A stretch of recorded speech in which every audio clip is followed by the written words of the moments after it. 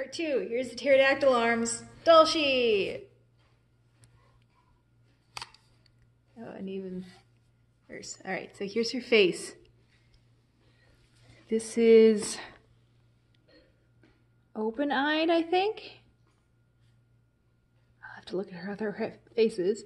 Because I waited for 3 years, they supposedly gave me all 3 heads. Revealing underneath.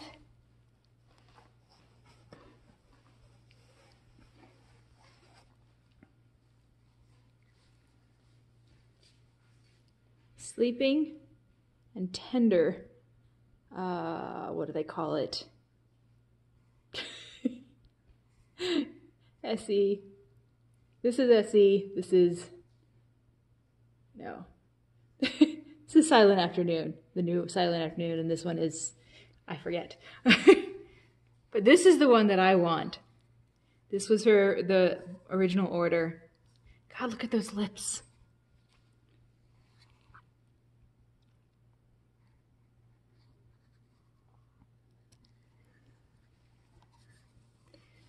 Very small heads. Magnetic head cap. Insignia on the inside.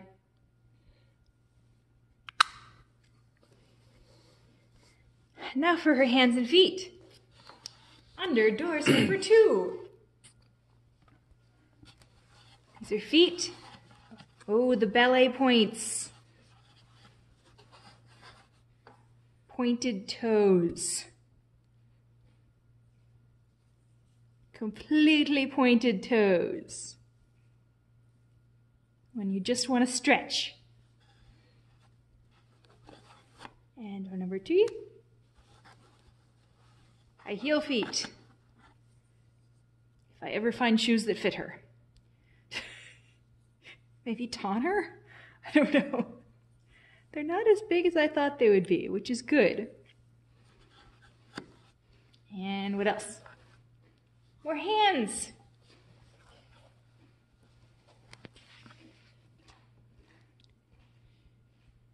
All right, they just named these like 1, 2, and 3, and I forgot which was which. But these are the hand options. Oh, look at that pinky. It's like so tiny.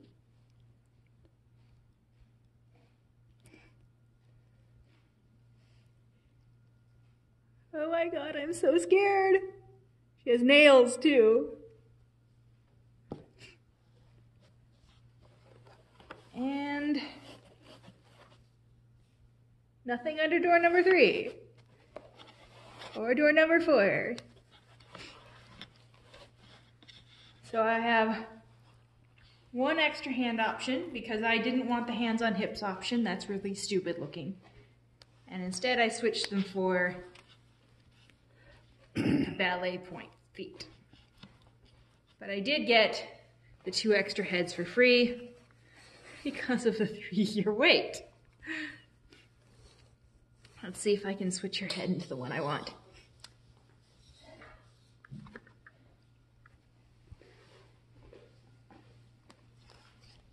There's something about the large Dianas that the S-hook didn't fit through her neck hole. We'll see. Get this side to see the mechanism. Of course, she's threaded with brown thread, which I don't know why.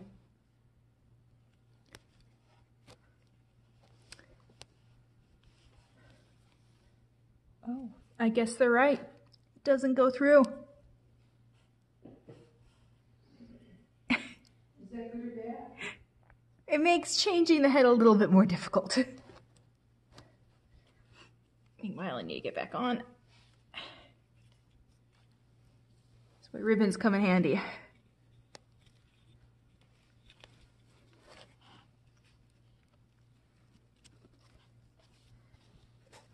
I guess I'll be changing her head later. Let's put this back in here for now. Safe place. Let's see how she stands. This is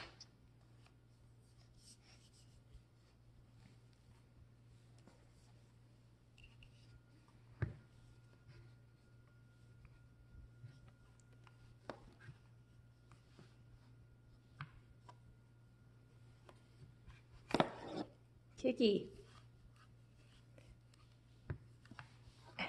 Very Kiki. You can do it.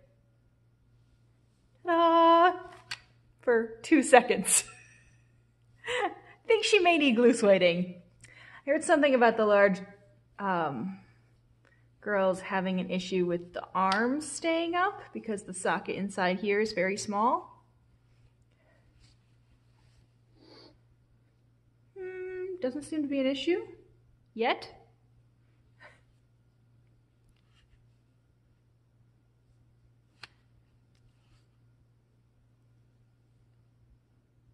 No, I like it.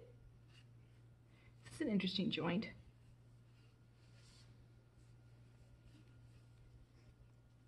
I also got her with the smallest bust torso.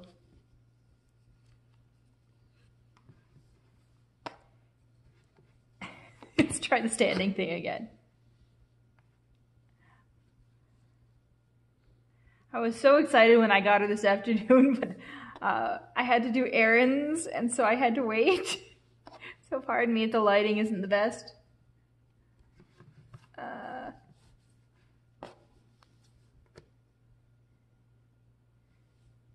Spread her legs a little bit more. There we go.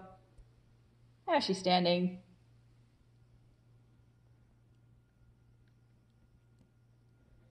And then, of course, her greeting committee is Toby here. He is a fashion arsine.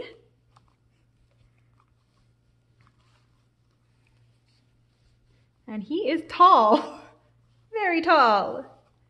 This is a 16F. So it's supposed to be styled after a 16-year-old girl. So she's smaller than the boys, definitely. She's so bitty. But the head shape, the head size is about comparable. His hands are huge though. And hers are itty bitty.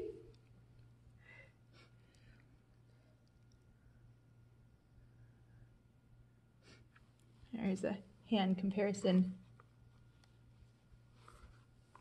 If I can move her arms without her falling over, let's see. And kaplop. I'll hold her. Small hand, big hand. And just imagine if I put this next to the 70-centimeter Dollshe. Okay, final pose.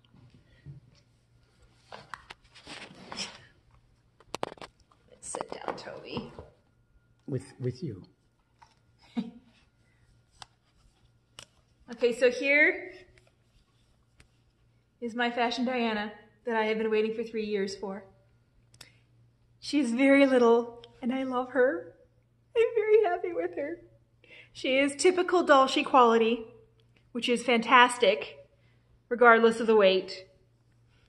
I am, of course, worried about her hands, but that's true about any very small fingered dolls that I have. She's a little poppy in the joints, like a Dollshe. I will be switching out her head to the Silent Afternoon and probably getting her some clothes later, but I will not be willing to part with her to a face-up artist for quite a while yet. So she'll be blank for at least several months. But anyway, everyone wanted to see. I will post more detailed pictures later, but there she is. Thank you, Dollshe, for finally bringing me home.